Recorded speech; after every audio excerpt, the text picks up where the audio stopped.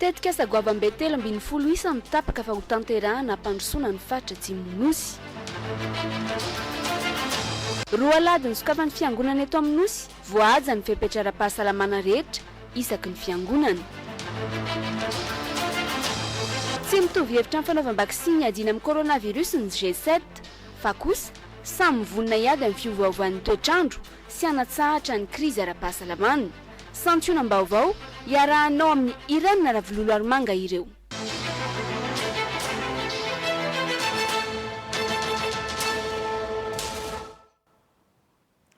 Manolotra ny araba tompoko klasy tompoko vavy manasanao araka ny fampahalalam-baovao amin'ity alahady ity. Ireo sehatra rehetra na ny ara-tsosialy na ny ara-ekonomika nampijaly ny faritra any Atsimonosy hatramin'izay dia nanganana fototra-avitrasa sy tetikasa goavana avokoa.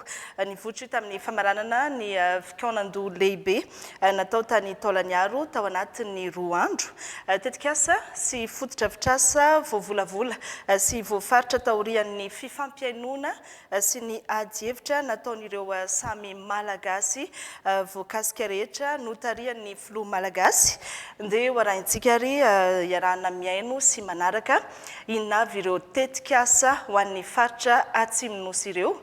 Tojo fanomezana sy Andry Ratsaonarivao. Tetikasa sy fototra-avitrasa miisa 13 no atao anatin'ny distrikana Ambovombe, Bekily, Beloa, Tsiombe, Amboasary, Betroka, Taolaniaro, Benenitra, Betioky ary Ampani.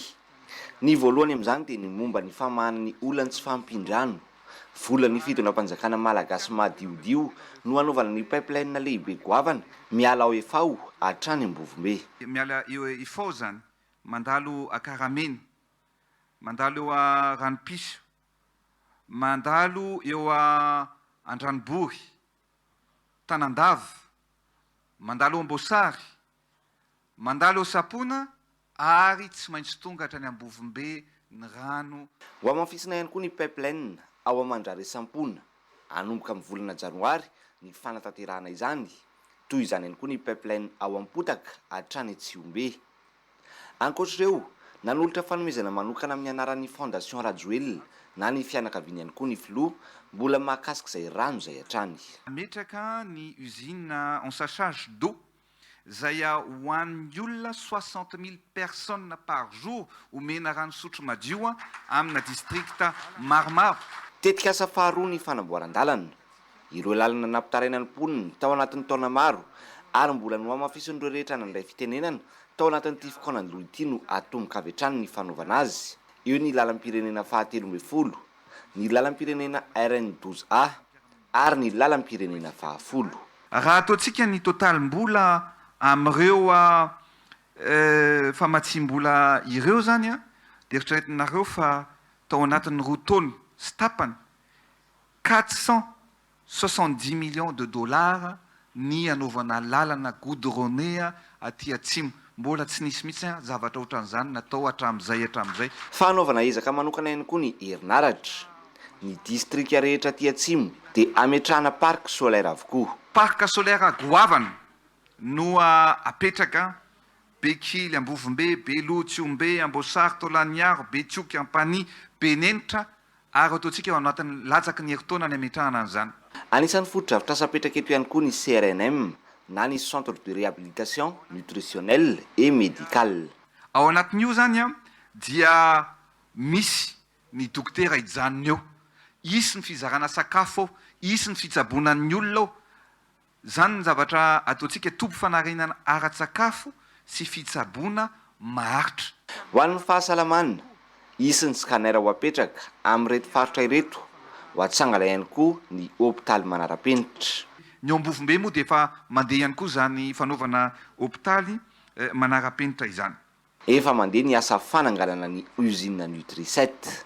Raha reny Plainpy reny zany hatramin'izay nafaratsika avy any ivelany na ny reny barana céréales reny dia zao tsika eto Taolaniaro no mametraka ny usine io ohatran'io ny plan ary efa tonga eto ny conteneur, efa tonga eto ny usine nanaovana an'izany. Fampianarana aty atsimo no betsaka mialan-darina indrindra.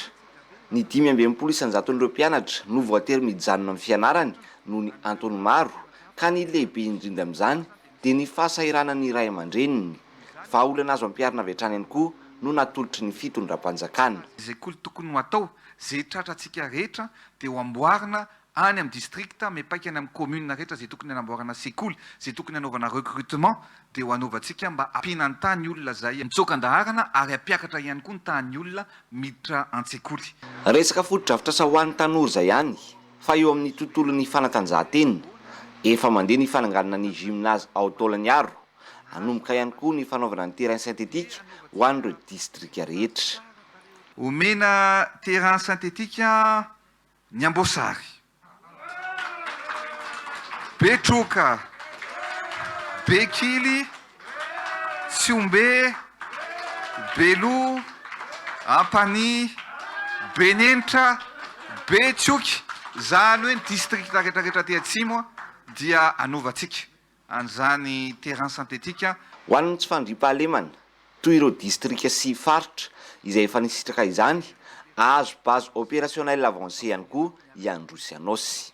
Ny base militaire io dia ao ihany ny maramila no mipetraka, ao ny olona zay ampandry fahalemana no mipetraka, ary ao ihany koa no ampifamadiantsika kely fotsiny fa ny engagement zany dia ny olona aty anosy ny atao mandry fahalemana makany Androy, ny olona ny Androy mampandry fahalemana aty anosy.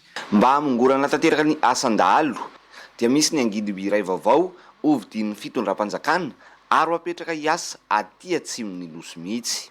Ankoatr'izay rehetra izay, foto-drafitr'asa sy tetikasa maro ihany koa no mbola atsangana izay mbola tafiditra ao anatin'ireo paikady entina manatanteraka ireo asa sy vina fampandrosoana ny faritra atsimo. Ireo zay tokony ametrahana commune Braune commune rehetrarehetra dia ametrahantsika an'izany Braune commune manara-penitra izany. Eo ny fametrahana ny titre vert zay ao ahifotaka moa no anaovantsika an'izy io voalohany, zay ametrahantsika 2000 familles amina 200 hectares, 20 milliards ariary ny budget anaovana an'izy io na 5 millions de dollars. Dia hidro zany misy an'ireo omby zay efa hitatsika moa fa raha toka eo amin'ny 50-57 kilo eo ny omby gasy io le menamena io zany dia mahatratra efa ny amin'ny 100 kilo lay race amélioré zay efa nataontsika fanandramana zany amin'izao tsika amin'ny teny zao. Ny amin'ny 100 000 any hoany zany ny semence ho afarana ary misy apahany amin'izy io dia ho afarantsika avion mihitsy. Ny aty Androy sy ny any Anosy zany dia 70 000 hectares ny tany zay hoentina ambolena mangahazo dia misy ihany koa ny fanampiana ireo mpandraharaha zay omena fitaovana anodinana an'izany mangahazo zany mba afaka tehirizina. Tsy adino ihany koa ny eo amin'ny tontolo iainana zay efa noentin'ny ramatoa ministra teto le hoe ceinture verte. Ny adihevitra nataon'ireo mpisehatra rehetra amin'ny tontolon'ny fampandrosoana ny faritra Androsy Anosy moa no nahafana namoaka ireo rehetra ireo. Fa tonga amin'ny zavatra nandrasany ireo olom-boafidy, ireo solombavambahoaka sy ireo mpandrarahany amin'ny faritra Atsimo-Nosy iny, izy ireo izay tsy nitsahatra nanao antsoavo ny amin'ny hijerena manokana ny tapany atsimo ny Madagasikara, miandry ny fanatanterahana ireo programan'asa sy ireo fandaharan'asa rehetra ireo sisa. Tsy vitsy izy ireo no naneho hevitra sy nankasitraka ny fandraisana ndraikitry ny fitondram-panjakana ankehitriny. Teo amin'ny micro ny tojo fanomezana sy Andry Rajaona Voatrany. Raha nanao kabarony izy zany velim-pahatanana ny tenako zany satria misy sy fizarevana zanakakalafa zany le izy fa dia hoe fizarevana ny tena problème vahoakany amin'ny fotony nitenen'ny président teo zany hoe tokony haiko ny problème n'olona Betroka eo, tokony haiko ny problème n'olona Mvombe ohatran'izay district Mantolo zany. Ka raha avy ny fois zany izy hoe manao zao fesika sala amin'izao zany ny lehibe ambony ao dia zava-dehibe amiko ilay zavatra zany. Zany zany manantena fa ny flora fa miteny zavatra sala amin'izay zany azinao dia tanteraka daholo zany 95%. Voalohany indrindra dia ny fisaorana ny fitondram-panjakana indrindra ny filoham-pirenena zay nanana niny initiative hoe hanao an'iny colloque iny. Zavatra ohatran'ireny zany ny tena ataoko hoe andrasa ny solombavambahoaka amin'ny maha solo-tenan'ny vahoaka azy. Ny mampiavaka azy zany amin'ny ataoko hoe atrikasa zay efa nisy hatramin'izay dia avy aty aminay zany zay hetaheta avy aty aminay no naroso no nanontany ny filoham-pirenena nanao arbitrage ny filoham-pirenena sy ny premier ministre eo ny mpanatanteraka rehetra membre ny gouvernement sy zahay élu aty amin'ny toerana dia nanome an'izay sosokevitra zay zahay ary nyraisina izay le nentsika namarana azy teo raha zay zavatra tapaka sy navohitra tamin'ity kolôky ity dia hita fa misy zavatra zay tsy noeretsiretina hatramin'izay no tanterahina ao amin'io district Anambofimbandro io sy ty faritra Andro sy Anosy ity koa amiko dia heveriko fa zavatra toy izany no andrandrainy vahoaka ka andrasana ny fahatanterahany sy ny fahavitany zany zavatra notapahana rehetra tato amin'ny kolôky.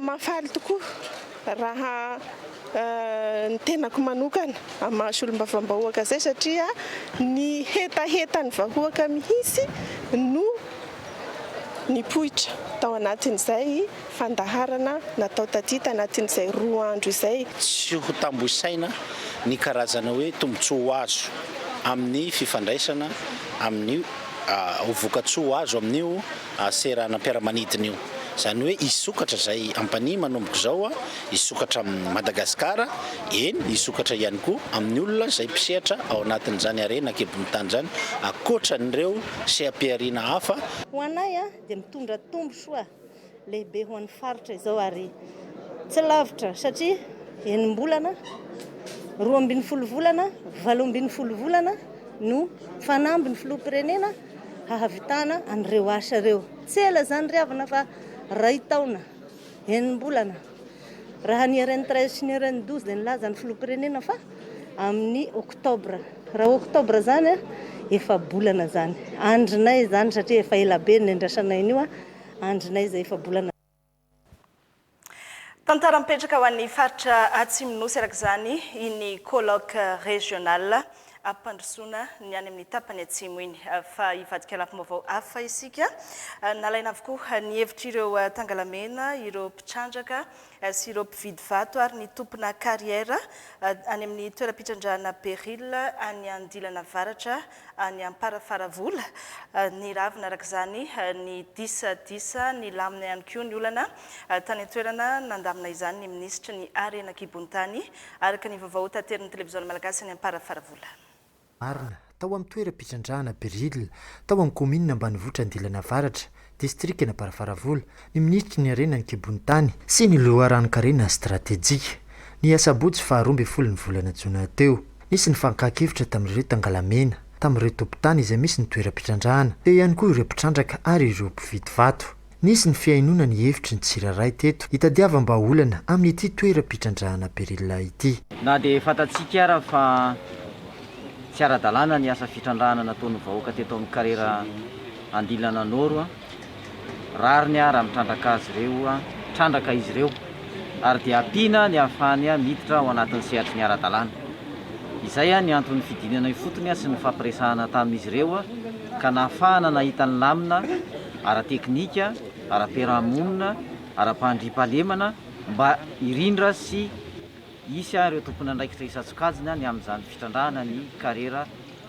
Beril eo Andilana Avaratra izany zava-dehibe ny ataon'ny fitondram-panjakana dia ny miaino sy ny fampidinika amin'ny rehetra hitadiavana ny vahaolana ahafahana mandroso amin'ny fanandratrarana ny tanjona dia ny hoe arena iombonany ny arena kibontany ary tokony hisitraka an'izany na ny vahoaka na ny commune na ny faritra na ny firenena ray manontolo fanamby iray lehibe natao zay ary heverina fa tratra ny tanjona ny amin'izany. Andrasan'ny maro ary ny mety ho toy ny ity fakan-kevitra ity. Ny tapany faharoa amin'ny fampalalam-baovao andro vitsivitsy taorian'ny fanafian-dalo tany amin'ny tanànan'ny Benoniky distriktan'ny Midongy Atsimo mitoy ny fanarenana ny fiainana andavanandron'ny mponina sy ny fanamafisana ny fandriam-pahalemana napetraka ny poste avancé hanomboka ihany koa ny fanamboaran-dalana sy ny tetikasa samihafa manome tanana ny fitondram-panjakana amin'izany ny olom-boafidy any an-toerana nanao ny fanadihadiana tany fotony Bertrand Ranevmanana sy Adzirazafin'ny mpiasa. Ny fitokana mono ireo tanàna samy tanàna no tena mampahazovahana ny tsy fandriam-pahalemana ato amin'ny commune ny Vondro, Fokotany ny Lavaraty. tsy misy akory na ny lalana ifamezivezen'ny mponina amin'ireo fokotany eo anaty commune azy ary toerana iray monja no takatry ny tambajotram-pifandraisana amin'ny telefona raha misy antony tsy maintsy ilana izany. Zany ny fitadiavana réseau amin'ity commune ny Ivondro ity eto Lavaraty ity point itriry no mahazo réseau. Zany hoe ny olona any amin'ny 20 km périphérique ny commune ity zany dia eto daholo no fampitona manao miantso. Ny aty moa zany commune tsisy lalana tsisy ninina fa mandeha amin'ny 75 km à pied zay vao tonga any amina toerana ahitana tomobile. Ny andro masandro mivelabelana kely dia ao tsara batterie anao. Efa mba misy BLU kosa nefa ato amin'ny poste avancé ny gendarmerie izay andalam-pametrahana araky ny nambarany iraka miandraikitra ny fitaovam-pifandraisan-davitra avy eo amin'ny fibaikona ny gendarmerie. Zaka dia manjaka tokoa ny tsy fandripahalemana ny asan-dahalo araky ny vaovao ifare ka tonga eto zay iraky ny fitondram-panjakana mitondra fitaovana aratserasera toy ny BLU sy ny kojakoja samy hafa miaraka aminy. Indrindrandrindra ny sambo aingam-pandeha miaraka amin'ny kojakoja zay miaraka aminy. Ny solombavambahoaka ny midongy atsimo Retsanga Briand Delors izay nahatsapa ny fijalian'ny mponina amin'ity toerana ity dia nanolotra tetika asa fanokafan-dalana iarahana manatanteraka amin'ny fokon'olona. Famatsiam-bola ataon'ny PNUD io amin'ny fametrahana ny kazierna ny gendarmerie ao Lavaraty sy ny ao Sokobany tanjona ankendrena amin'io dia ny hampisy toby ny gendarmerie ao Lavaraty. Efa misy affectation fanendrena olombelona zany ho Sokobany sy ho aty Lavaraty miandry ny fahatongavan'izay tsika zao. Tena zavatra himasoko zany zao ary efa manomboka dia ny fanamboaran-dalana point kilométrique 0 miainga avy eto Benoniky makany Sokobany dia point kilométrique 0 avy eto Benoniky makany Lavaraty amin'ilay lalana amboarinao io. Etaetan'ny mponina ato amin'ny commune Ivondro hatramin'izay ny fanatsarana io lafy ny fifandraisan-davitra io mba ahafahana mampiena ny asan-dahalo izay fosotra mampiena ny famokarany ny mponina. 70 kilometatra avy eo avaratry midongy atsimo no misy ity commune ity dia tongotra na mandeha akana na mandeha fiaramanidina no fomba ahatongavana eto. Na sitrapoaza ny fanaovana ny vaksiny fanefitra amin'ny COVID-19 dia nentanina manokana ny mpianatra Ozandary mba amita izany anamora ny fiofanana ataon'izy ireo sy ny asany avy eo. Ankoatr'izay misy ihany koa ny tsara ho fantatra ho an'ireo mpianatra Ozandary na vita ny dingana voalohany hiditra amin'ny dingana faharoa any amin'ny sekolin'ny Zandarmariam-pirenena any Ambositra. Olivier Andrembololo miaja. Manomboka ny 7 Aogositra izao ififananana dingana faharoa io izay ho tanterana ao amin'ny sekolim-pirenena manofana Ozandary ao Ambositra. Raha tsy ivona dia misy 2,790 ny mpiadina afaka tamin'ny fifananana dingana voalohany ka vehivavy ny 2,700 amin'ireo. Mpandray anjara avy amin'ny lafivalon'ny nosy no ikadina amin'ny toerana iray ao Ambositra amin'ny fotoana io. Ny valana retina rahateo mbola mitoetra ka manentana ny amin'ny tokony hanaovan'ny mpiadina tsirairay vaksiny ny tompon'andraikitra eto anivo ny fibaikona Zandarmariam-pirenena. Satria ny vaksiny zany efa malalaka zao ary mbola azo atao tsara dia fanentanana no ataon'ny fibaikona ny Zandarmariam-pirenena. Tsaratsara kokoa ianareo mpiadina raha manao vaksiny alohan'ny atongavana any Ambositra. Ny antony dia tsotra satria ny vaksiny zany hiaro amin'ilay aretina nareo nefa ny any be dia be mandritra ny 5,000 andro hiaraka ipetraka toerana iray hiaraka isakafo dia tsaratsara kokoa ny vita vaksiny. Marihana nefany fa tsy terena ny fanaovana vaksiny. Efa mazava iny araka ny tenen'ny filohan'ny Repoblika sy ireo lehibe sy nambaratongany. Antsitrapo le fanaovana vaksiny. Fa mahatonga anay aty amin'ny fibaikona ny Zandarmariam-pirenena miteny an'izay zany dia zao hoe tsaratsara kokoa, zany hoe en sécurité kokoa ianao mba tsy ho tratra amin'ilay aretina rehefa ampanaovana fanadinana. Tsy manery ny Zandarmariam-pirenena fa manoro hevitra. Ankoatra ny fanaovana vaksiny dia misy ihany koa ny toromarika ho azy 2,700 mirahavavy. Tsara mitandra tena tsara mba tsy ho bevoka alohan'ny atongavana any Ambositra. Mbola conseil io fa tsy fanerena fa ny bevoka dia droit, manana droit ianareo bevoka satria zay le lalam-panorenana. Ho an'izay misalasala dia manaova aloha test alohany andeha ho any Ambositra. Fa raha any Ambositra anao zany vao hita hoe testé positif satria mitoejaza dia fa tsy afaka manao fifaninanana intsony. manamafy hatrany ny etonivony gendarmerie fa mangarahara tanteraka ny fifaninanana ary ny mpandray anjara tsirairay dia manana zo hijery ny notiny na ny afaka na ny tsy afaka. Ny tatitra amin'ny fivoaran'ny Covid-19 eto Madagasikara hoentiny Avy Sorandriamapandry. Toy izao ny fivoaran'ny tarehimarika momba ny coronavirus eto Madagasikara ny 12 Jona 2020, tranga vaovao 730, ny sitrana 420, namony ainy 10, ny isan'ny fitiliana vita 2,700, tranga misy fahasarotany na forme grave 770. Nanomboka ny 13 Martsa 2020 hatramin'ny 12 Jona 2020, olona 337 sy 4 no efa voamarina fa mitondra ny tsimikaretina Covid-19. Ny totalindreo sitrana 17 sy 4, manome ny taha 7,7 isanjato. Ireo namony ainy kosa misa 7,7 sy 700, zany hoe 2,1 isanjato. Ny isan'ny fitiliana vita nanomboka ny 13 Martsa 2020 hatramin'ny 12 Jona 2020 dia miisa 2,57 sy 2 hetsy. Manodidina ny coronavirus izay ihany roa alahady taorian'ny nanambaran'ny filohan'ny Repoblika fa miverina misokatra ny fiangonana rehetra manerana nosy. Voaja tanteraka ny amehana ara-pahasalamana sy ny fepetra rehetra ara-pahasalamana iny anivon'ny fiangonana toy ny eny amin'ny paroasy Tanjombato izay nandalovan'ny Aurelia Rafringa sy fanirikely tamin'ny ity alahady ity. Raha manodidina ny 700 ka hatramin'ny 800 isaky ny lamesa ny mpino kristianina miangona eto amin'ny paroasy Tanjombato hatramin'izay. Eo amin'ny 400 izy ireo sisa mitazana eto. Fanajana ny amehana ara-pahasalamana hatrany no mbola antony. Kristianina efa miezaka mba mampafantatra izay ny fiverena izay amin'ny alalan'ny fanomezana tike izay zarazaraina isaka ny faritra dia io lamesa anankeny izany dia nozaraina araka ny faritra. Ary ny lamesa fahenina dia natao ho an'ny sakramenta fotsiny.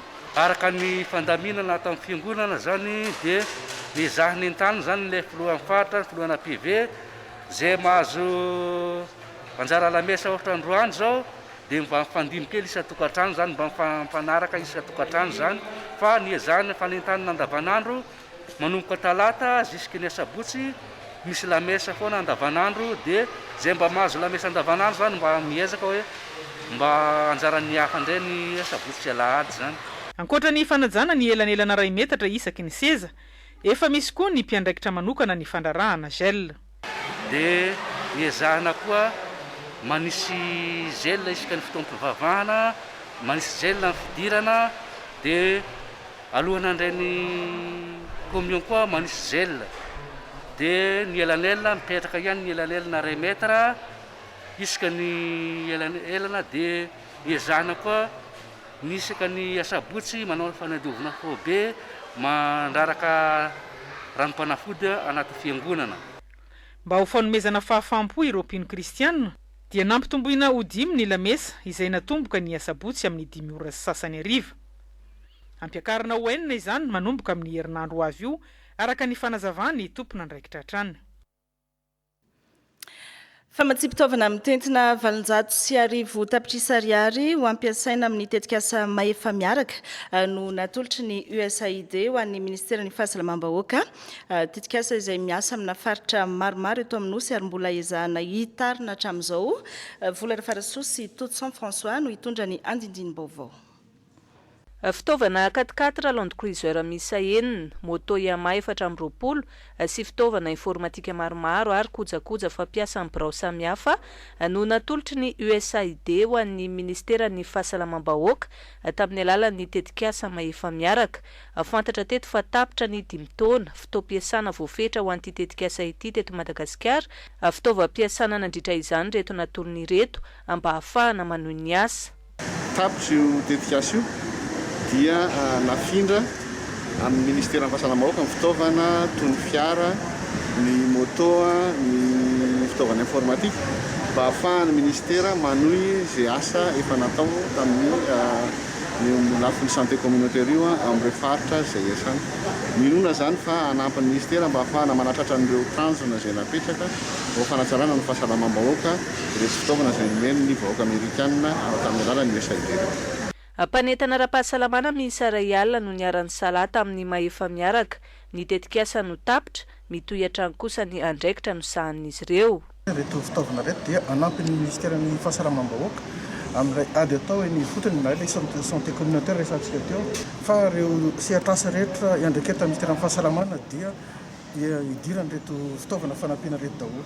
Mbola eo ampandaminana ny répartition ny ministère amin'izao fotoana fa mino fa tena anampy tanteraka na ny aty amin'ny ministère central na ireo ratsamangaika ny ministèran'ny fahasalamana eny amin'ny faritra ireto fanampiana fanomezana ireto. Tsy ahivina fa ny fampianana ny taham-pahafatesan'ny rentsy ny zaza, ny ady amin'ny tazomoka, ny sehatrasa fanaova-baksiny ary ny fampidirana rano fisotro madio no asa no sahan'ny tetikasa mahefa miaraka teto amintsika.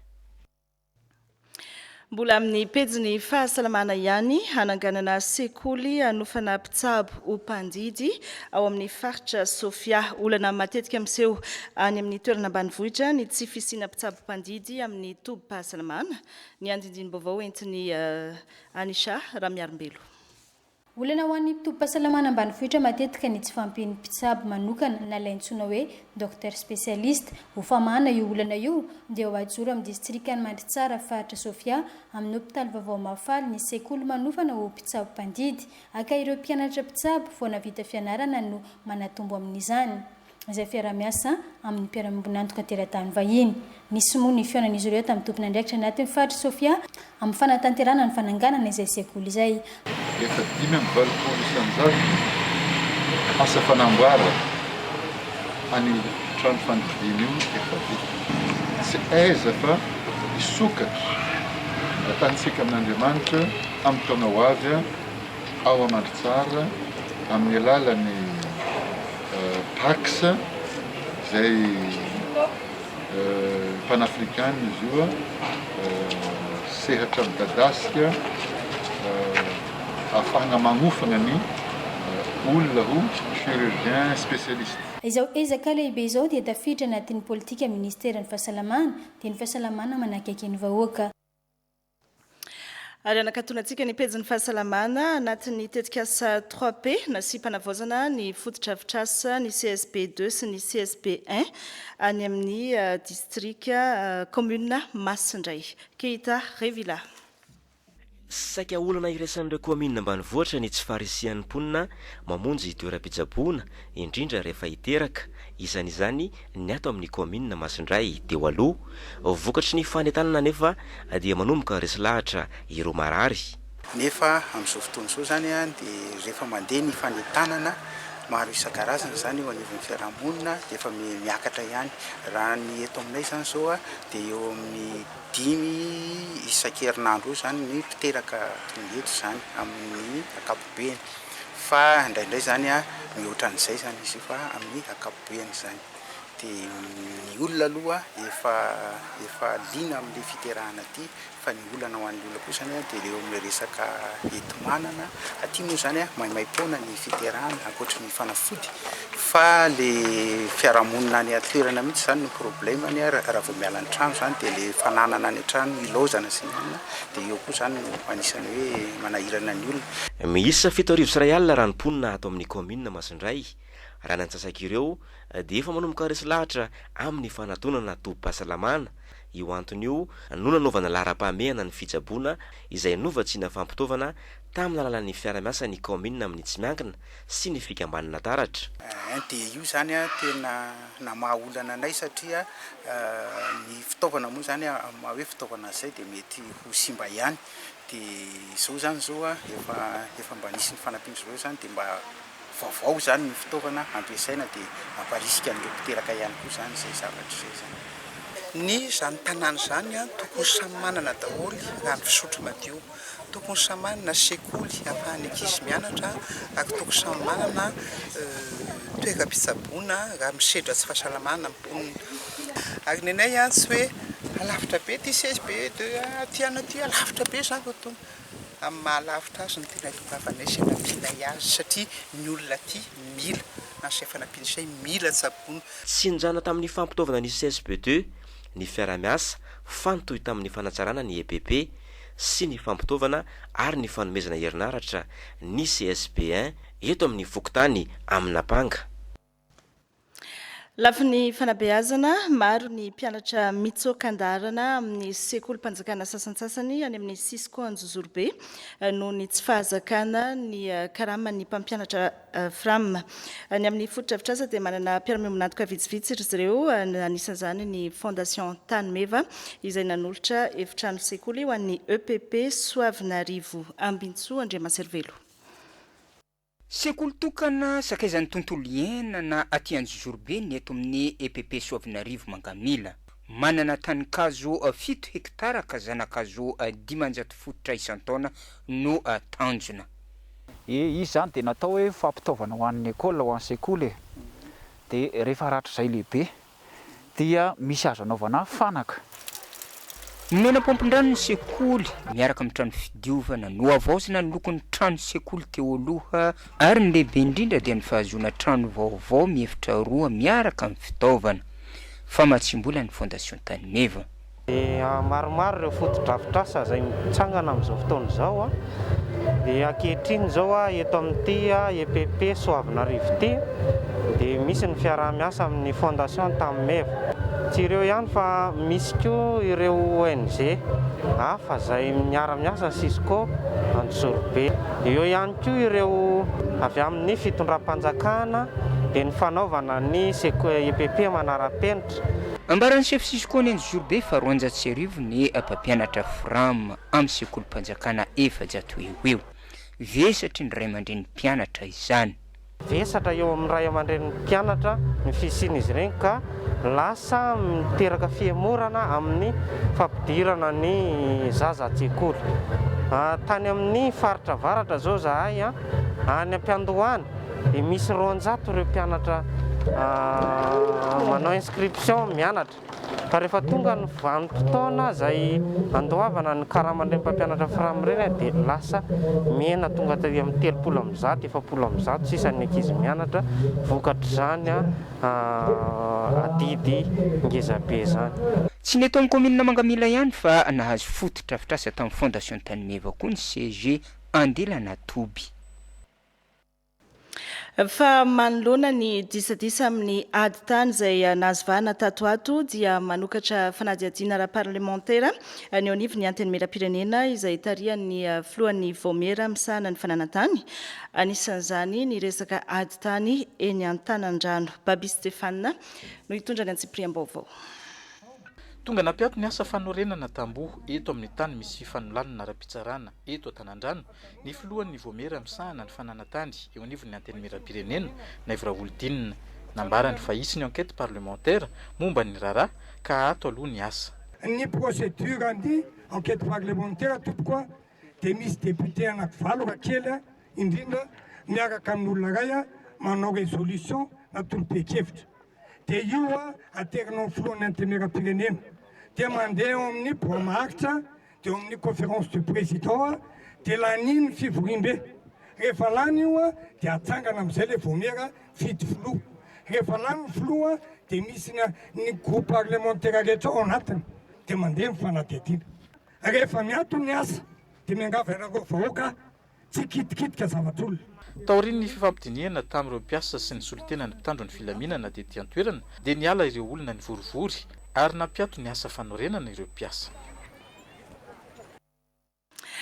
Amaranantsika ny fampalalam-baovao any amin'ny faritra Analanjirofo iny isika naetsika ireo milina fanamboaran-dalana avy amin'ny fitondram-panjakana ho an'ny faritra Analanjirofo efa manomboka amin'izao fotoana izao araka izany ny fanamboarana ny lalam-pirenena fahadimy. Edira Mananjafy.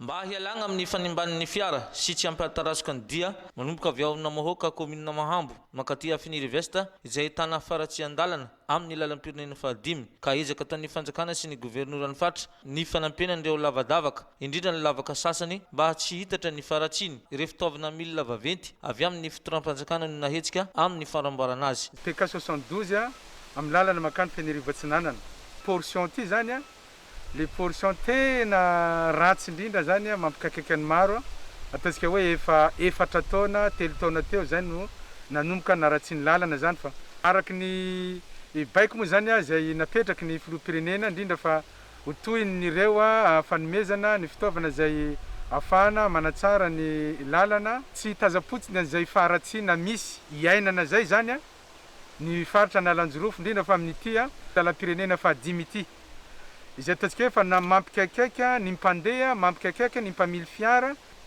dia nanapa-kevitra zany ny faritra rehefa tonga ny engin dia andao fa hojerevantsika ny jerevana nireny point noir mba ho amboarina zany a ny fanamboarana atao eto a dia sady asina vato a no asina tany ezaka zay atao zay zany a ho azo andehanana mba mikorisa tsara zany a fandehanana eto eo zany tena natavela tômôbila marina tsy afaka nefa atao sorana zany le fanjakana mbo miaso izy am'zao mahafinaritra nambarany governoran'ny faritra dokotera Andriamanantena Marcelin fa famahana vonjimeka no atao mbola andrasina kosa ny fanamboarany lalam-pirenena fahadimy izay tena haritra ary efa tafiditra ao anatin'ny fandaranasy fitoeram-panjakana ho izy ny hanamboarana ny lalam-pirenena fahadimy avy ao Filipointe makaty Avenir Veste.